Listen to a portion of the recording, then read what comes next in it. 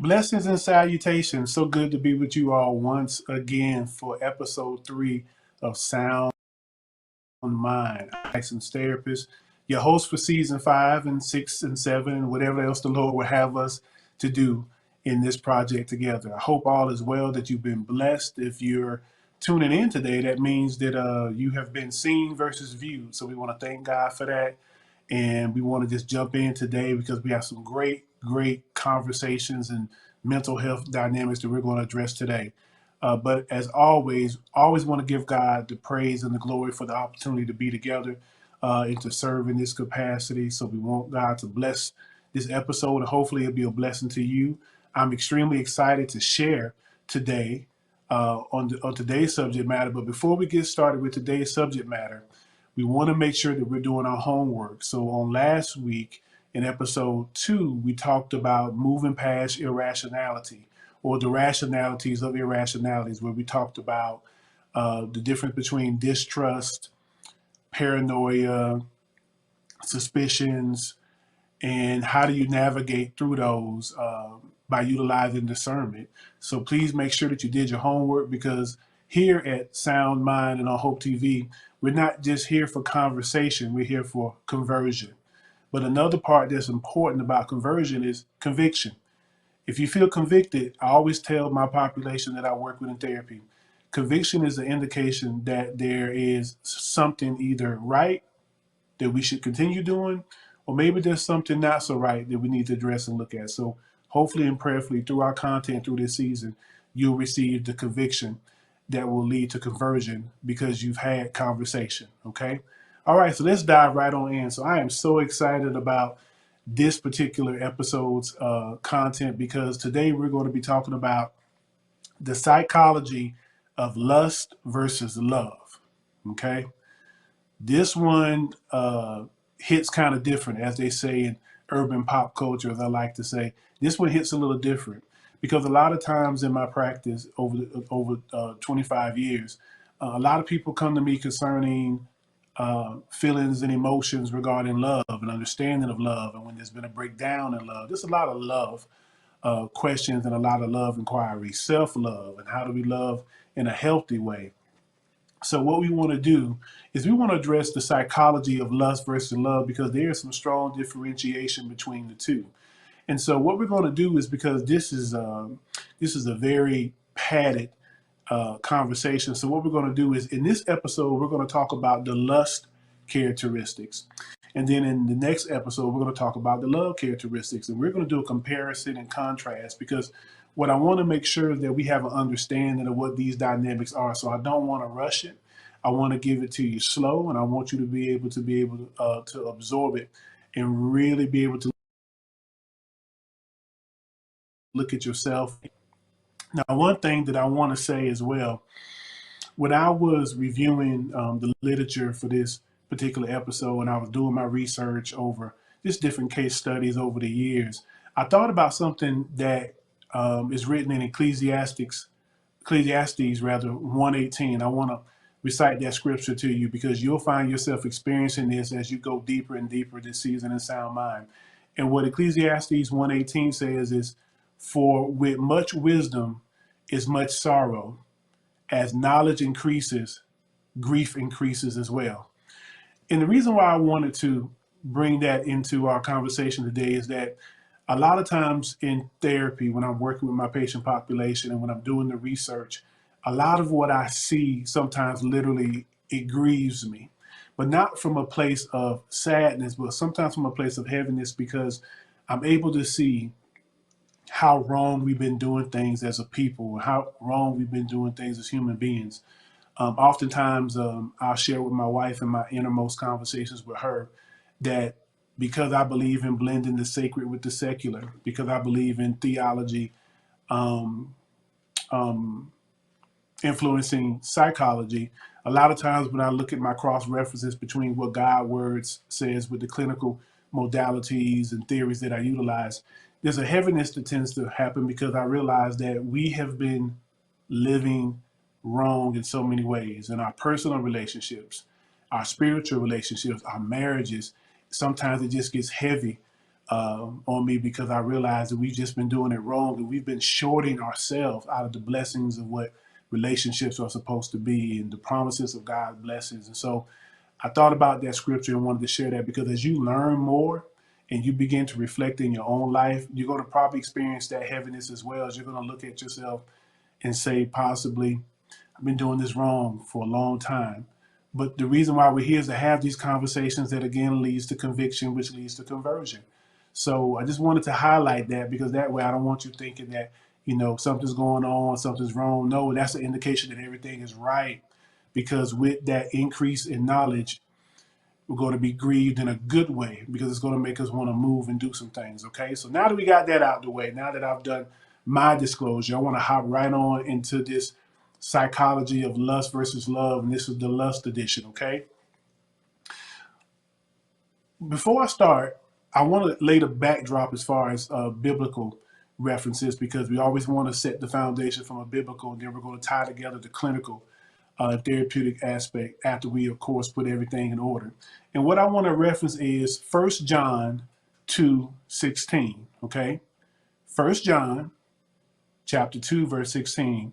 And what that scripture says is, for everything, the lust of the eyes and the pride in one's possessions is not from the Father, but is from the world. And the world, with its lust, is passing away, but the one who does the will of God remains forever. Okay? So the first thing that we want to establish is lust doesn't last. Let's just get that out there in the open. Lust does not last. Okay? So when we talk about lust, we want to talk about having an understanding of what lust really is, not from a definition perspective or just the common verbiage that we hear, but we want to get an understanding of the characteristics of lust. Okay, so we're going to talk about the characteristics of lust, but then we're going to look at some of the dynamics as well. Actually, let me reverse that. We're going to look at dynamics first, then characteristics in terms of what it looks like, because a lot of times we confuse lust with love and love with lust, because we don't really know the characteristics and dynamics because of how they may appear. And then also depending on where we may be in our own individual uh, spiritual walk or personal, emotional growth path as well. So we're going to touch into that. So when we're talking about the dynamics of lust, what we want to look at is lust is wanting legitimate things in illegitimate ways. Okay? Let me say that again.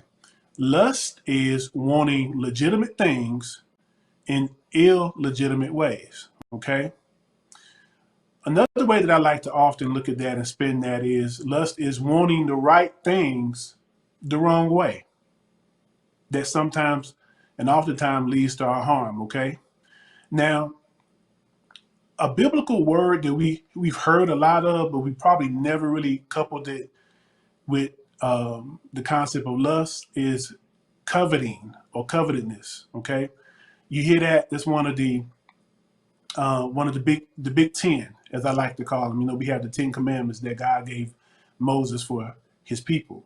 And one of the 10 commandments, God addresses not coveting what your neighbor has. Okay. So coveting is actually the biblical term for lust. Okay. So when we talk about coveting and lust is desiring and pursuing that which is not legitimate for you to have. Okay.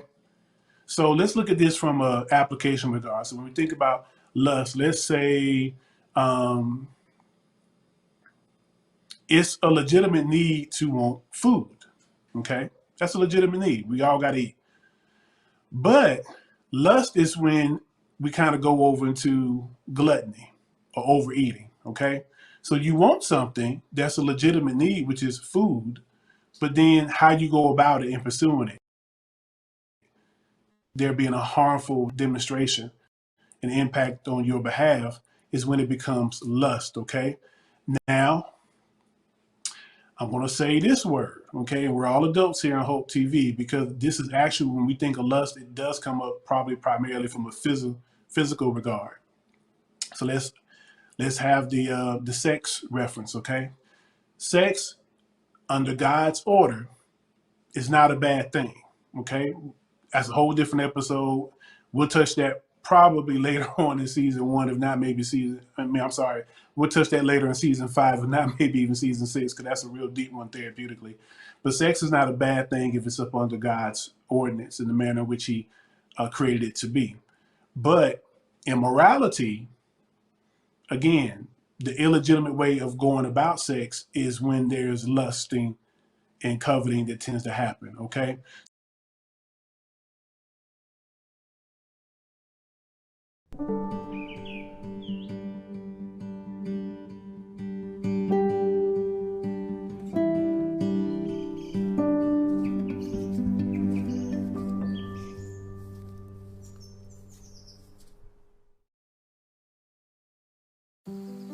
Hey, Dad. I need your help asking Jessica to prom. Of course. Love is like the ocean. You have to tread the Oh, waters. Dad. That's not the kind of help I needed. Hey, Jessica. Will you go to prom with me? Yes. You don't have to be perfect to be a perfect parent. Thousands of teens in foster care can't wait to share their first with you.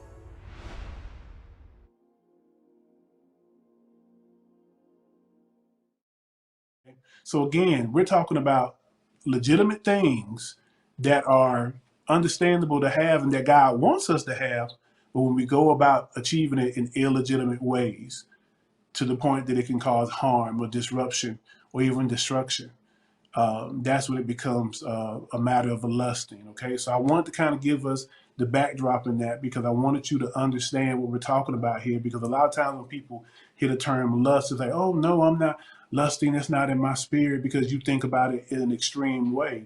But the whole concept of lust is based on, ironically, a need and actually a provision.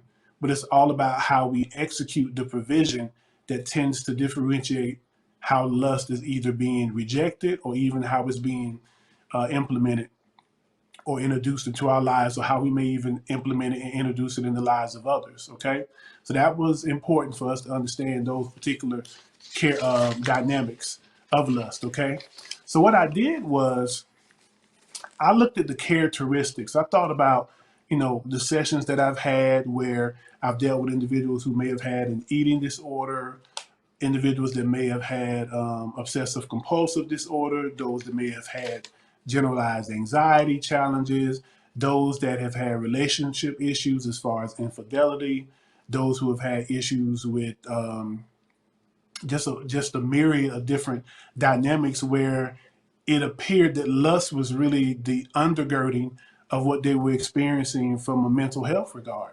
And so I was able to devise some characteristics, and I wanted to show you what it is that lust looks like and how it occurs. Okay, so we have seven characteristics of lust that we're going to talk about. And I want you to be able to, be honest and transparent with yourself. And I want you to ask, as I go over each characteristics, I want you to ask two questions. I want you to ask, when have I actually demonstrated that particular characteristic? Or when have I had that feeling that it was being done to me? So those are two questions that we want to ask with each characteristics, because we want to make certain that we're doing the work. Okay, like I always say to my population when they come to see me for therapy, your treatment is only as effective as your truth. Okay, if you're not honest and forthcoming with your treatment, I'm going to be pretty limited in what I can do in that aspect. So we want to be honest and transparent with our truth when it comes to this particular dynamic, because we really want to understand lust and the subtleties of it and how we can counter it, so that we can be able to recognize when it occurs, or even when we're demonstrating it to others, because we want to make room for love, because love is where it's at. That's what we want. Okay. All right. So the first characteristic of lust is being impulsive. Okay. When you think about lust and the dynamics that lust tends to manifest itself from a characteristic regard. Impulsiveness is a lot of the times what I've seen. Okay, think about when ladies, when you wanted that handbag, or you wanted them shoes, and you just had to have it. You just had to have it, and you didn't think about it. It was like, I want it, so you made an impulsive buy. Or sometimes, we hide it under the label of retail therapy. Now, as educated as I am, I've never seen a program for retail therapy, but I love the way that we put that twist on it. But let's be honest and transparent. And brothers, you don't get a free pass too. If you heard your favorite team was coming in town, or if there was those shoes or that suit you wanted and you just bought it with no regard, you was impulsive, then that's the characteristics of lust, is being impulsive.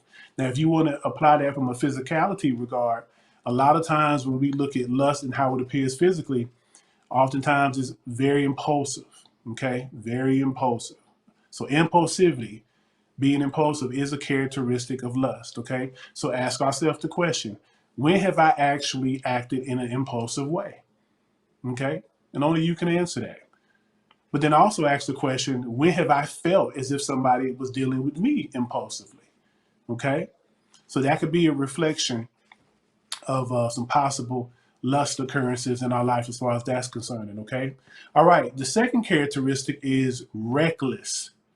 Okay? Lust has a reckless component to it. Because when lust shows up, a lot of times we throw all caution out the window. We don't think about long-term consequences.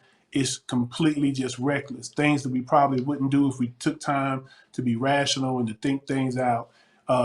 Typically what would occur is we probably will make a much better decision, but because we're reckless, we're not thinking about the consequences. And we're not thinking about the impact that it's going to have, not just on us. Okay?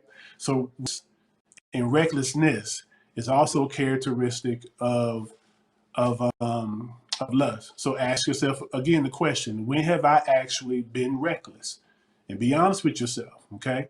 If that means going back to your younger years, going back, to some of your undergraduate years, your college years, your teenage years, just be honest with yourself, okay?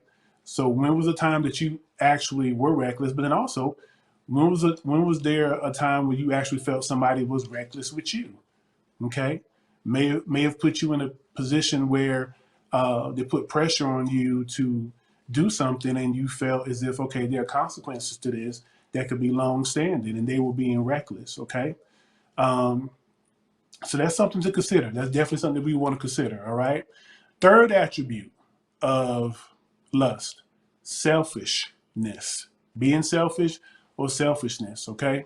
A lot of times when you're talking about lust and we looked at being impulsive and being reckless, it's quite natural to see how selfishness will come into play. Because a lot of times with lust, we're just thinking about the right now. We're just thinking about us. We want it now, now, now, now. We're not thinking about anybody else because we're lusting. We're lusting for whatever that thing is. So again, ask yourself the question, when have I actually, if I'm honest with myself, been selfish? And when have I also felt as if people were being selfish with me? Okay. Now, just as a point of insight, it doesn't just reflect on physicalities. These things can also be done emotionally. People can lust emotionally. People that are attention seeking, okay, that's a lust for attention. People that have a hard time listening to folk, that could be a lust for control. So it's just so many different ways that lust can manifest itself. It's not just physical. It can definitely be emotional, mental, and it can be spiritual. It can be spiritual. Okay, so I just want to put that out there because I don't want you to limit yourself in terms of your overall insight of the information, how we can apply this to move to higher ground and to having the sound mind that we are pursuing. Okay, now the fourth of lust is momentarily. Momentarily. Okay, a lot of times when you're talking about lust, it is right there in the moment. All it cares about is that moment, being momentarily focused. It doesn't think about the past. It doesn't think about the future. It's just in that moment. It's funny because we live in a culture where oftentimes you hear people say, you only live once. You're only gonna, you want to get one trip and, live life to its fullest. Well, I hear that and I can appreciate that in theory, but you make the wrong decision. And it doesn't feel like you just have one trip, on this life. You can feel as if you're living many punishments because of the decisions that we make because we're not exercising good judgment and we're operating from a spirit of lust. So lust has a momentarily focused agenda. It's not thinking about the past or the present. So again, let's ask ourselves the question: when have I actually operated in the moment without any regard to the past or the future? Or when have I felt like somebody dealt with me in the moment? Okay. And that can be applied in a lot of ways. One thing that comes to my mind is sometimes when you get a person that calls you for a sales call, and after you have kindly told them that you were interested, they just felt as if that moment, they just had to capitalize on that moment. And as a result, they would demonstrate some of these other characteristics, the impulsiveness and the selfishness of wanting to take that moment because they were lusting for that next sale or that next commission. Okay. So just again, be mindful of not just internal applications, but also external as well. Okay. All right. So the fifth characteristic, okay, lust is impossible to feel. And when I say feel, I mean FILL. Lust is impossible to feel. You never get enough. You never get enough. How many handbags, good sisters, does it really take? How many pairs of shoes? Okay. Brothers, how many Jordans do we really need to have? How many suits do we really need to have? When you out there, we just bought it. Well, it was on sale and I had to have them. And, it was on sale and, it was a limited edition. But you got 40 sitting at home. Like really, it's impossible to feel.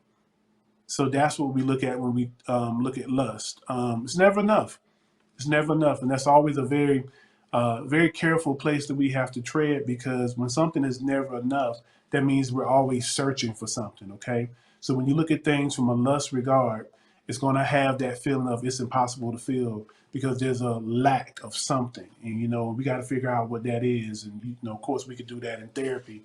If you see that, no matter how much you have, it's never enough. Maybe we don't have the emotional or spiritual maturity to be able to be thankful to the point where we say, okay, I got more than enough. I got more than enough. And I'm more than at peace with what I do have. So that's a characteristic as well. That's the fifth characteristic. And again, asking ourselves the question: when have I actually felt as if something was impossible to feel? So when did I feel like I just couldn't get enough of it? Doesn't mean, you maybe have something once or twice and that's just it. But when you start manifesting your life patterns to feel something at no regard for in no regard for the consequences or the impact, that means it's impossible for you to feel. So you may want to see either myself or one of my peers about that, because we want to see what's at the core of that impossibility to feel. Okay. But then also, when have I felt that it was impossible to feel whatever it was that those that I'm in relationship with may need? Sometimes we may feel as if it's impossible to please a parent. It's impossible to do enough for our spouse or our mate. And that's after we put forth good effort. So I don't want you all going to your parents or to your mate and saying, well, I heard on Sound Mind, the therapist said that you're impossible to feel. No, this is if you put forth the effort. Okay. So if you put forth the effort considerably and consistently, and it seems to not move the needle, then you probably need to come see myself or one of my peers, and let's have that conversation one-on-one therapeutically. Or maybe you need to bring your mate, your spouse, or your parents in. Okay.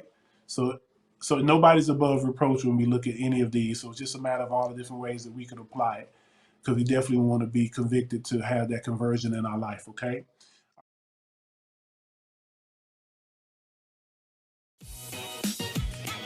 What's up, y'all? It's your boy Jermaine Dolly, Mr. Hello Dolly himself. And guess what? You're tuned in to Tea and Worship with my homies, Minyan and Corey. Keep it locked, y'all.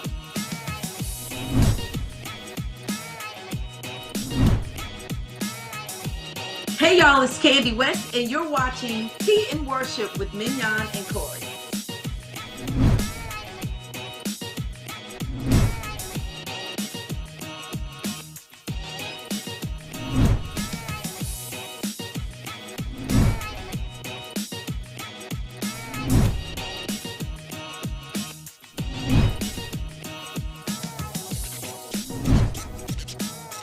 It's your boy James Fortune, and you are watching my favorite news show, Tea and Worship, with my sis Mignon and Corey.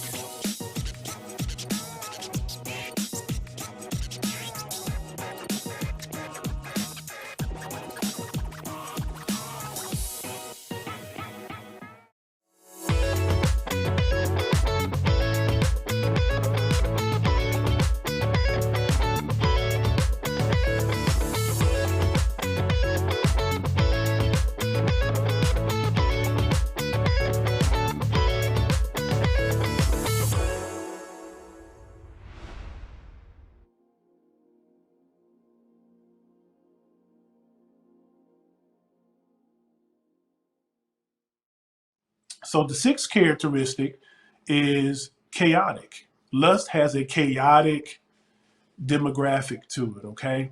When we say chaotic, it's confusing.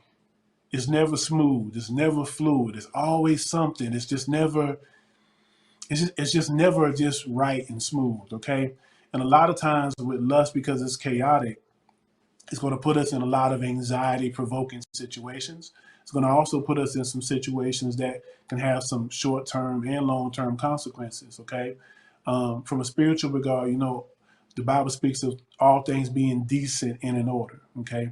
And we also often refer to God as being God who is not the author of confusion. We know who the author of confusion and chaos is, and that's Satan and the enemy. So, when you look at it from a spiritual aspect, if you think about where lust has its origins from, who better to look at than Satan? Because Satan lusted for God's position. He demonstrated all these dynamics. He was impulsive, he was reckless, he was selfish, he dealt in the moment. And it was impossible for him to feel that, which is why he goes from place to place on earth looking to cause chaos because of the lust that he has. So I hope that gave a personal application there where you can really see that lust has really been with us since the beginning of time. Okay, but we don't have to succumb to it at all. Okay, we don't have to succumb to it at all. Okay, because we are indeed called for victory, and we operate not in victory. Okay, so the last one, the seventh one, the seventh characteristic of lust is just something to do. It's just something to do. It's not really a motivation behind it per se. It's just something to pass by time. And ironically, a lot of times when we demonstrate lust, you have that rush that you may feel in the lust being fulfilled. But the ironic thing about lust that I've always seen in my practice, regardless of the mental health and behavior health and relational dynamics, right after that lust has been fulfilled and satiated, it's always a letdown afterward. It's never what one thought it was going to be. So then when a lot of times therapeutically, when I would ask the question, well, you know, what was on your mind? What were you thinking? What was the motivation? And they will often say to me, well, it was just something to do. So therefore, it was kind of it was a distraction. It was a distraction. Okay. So when it's just something to do, it doesn't really have a purpose outside of that immediate moment. That's often a characteristic that you'll see when it comes to lust and dealing with lust accordingly as far as that's concerned. So again, through all of these seven characteristics, we want to again ask the question, when have I actually, and whatever that characteristic is, and then also the second part of the question is, when have I felt that that was done to me? So the good thing in this is that I want us to be able to really look at lust in terms of what we have pushed on people, what we have taken people through, but then also what's been done to us. Because I want us to be able to look at our entire circle and our entire circumference and really get an understanding for lust and the psychology behind it so that we can be more active and intentional in having a life that's based on the principles of love and solid relationships and meaningful relationships that reciprocate good blessing into our lives, and then what we can do in the lives of others. Okay, so it's in summation. Here's basically what lust does. Lust basically says, "I just want a moment." That's what lust said. I just want a moment. This moment. That's it. So if lust had a voice, and you would ask lust, "Well, lust, what do you want?" Lust would say, "I just want a moment. I don't want you long term. I don't want to be invested. I don't want any responsibility, and I don't want any accountability. I simply just want a moment." Okay, so that's what lust would say. So, and this is something that I actually said to the husbands that I work with, but I took it and I expanded it outward so it could be applicable to everyone. And here's what I want us to understand as we wrap up the lust edition of the psychology of lust versus love, is that the manner matters, reflects whether we are operating in lust or are we operating in love. And let me say that again. The manner in which we approach matters, will reflect whether we are operating in lust or love. So if you want to know the manner in which you're addressing something or approaching something, look at those 7 characteristics. If you're approaching it out of impulsiveness, recklessness, selfishness, being momentarily focused, impossible to feel, chaotic, or it's just something to do, it's a pretty good chance, my brothers and sisters, that we're probably operating in lust if that is the manner in which we are approaching matters and dynamics. Okay, so just something for us to consider. Okay, I want to say in closing this: lust in and of itself cannot become love. It's just not how it works. Lust in and of itself cannot become love. Okay, so a lot of times people come to me for couples relational counseling, therapy, and marriages, and a lot of times I've seen where the relationship was based on lust, but because it wasn't overtly obvious, people wasn't able to really recognize that until we go through the premarital and the therapy, and then ultimately, by God's grace, we've been able to change the dynamics. But it wasn't until we were able to look at these dynamics and say, okay, this is what has fueled this particular relationship, but we can convert it through facing it and taking ownership of it. And I've seen some beautiful relationships become possible. Individuals who have gone on to become married and have very healthy marriages because they were able to take ownership of how it started. So how we start something does not necessarily have to be how it ends. Just depends on how we address the dynamics and how we take ownership of those dynamics. Okay, so there's hope. That's why we're here at Hope TV. There's hope, but you got to be willing to do the work. You absolutely have to be willing to do the work in order to get to where it is that you want to go in terms of moving from lust to love. Okay, so that's it for the lust edition. I hope it wasn't too heavy, but I believe all of us are grown and we're growing, and so we can handle these type of subject matter because that's why we're here. That's why we come to Sound Mind, is because we want to have conversion. Okay, so we got to do the heavy lifting. But the good thing about it is now that we have the information, as we always say here in Sound Mind, we don't just want the information. We want to take information and we want to have understanding. And then from understanding, we want to get wisdom. And how do we get wisdom? By applying the understanding from the knowledge and the information that we get. Okay? So again, knowledge is information. Understanding is, how does the information apply to you? How is it relevant to you? And then wisdom is, how do we execute the knowledge of the awareness of the information and how it applies to us. So that's it for episode 3. Next episode, we'll be doing the psychology of lust versus love, and we'll be functioning from the perspective of the love side of it. Okay, so don't think because it's love that it's going to be easy skating, because love comes with a whole different level of obligations and a whole different charge, because we look at it not from the world's concept, but really from God's perspective. And that is another one of those things that sometimes has grieved me spiritually, is because when I became aware with the biblical evidence of what God really calls love and what it calls us to do, it's heavy, because it lets me know that we've been loving wrong. We've been loving each other wrong. We've been loving our wives and husbands wrong. We've been loving our children wrong. We've just been loving wrong. But there's a way that we can get right, and that's why we're here. So we're going to talk about that in the next episode. So thank you so much for tuning in today. I pray as always that the Lord bless you and keep you, that he make his face shine upon you and be gracious unto you, that he return his loving smile and countenance towards you, that he will bless you when you're going out and coming in, and that he will give you shalom peace, that he will bless you to be at peace with him, also to be at peace with others, but equally as important, for you to be at peace with yourself. I'm Jay Gideon Winfrey, licensed therapist. This has been another episode of Sound Mind. And remember, your theology guiding your psychology leads to sound doctrine, and sound doctrine leads to a sound mind.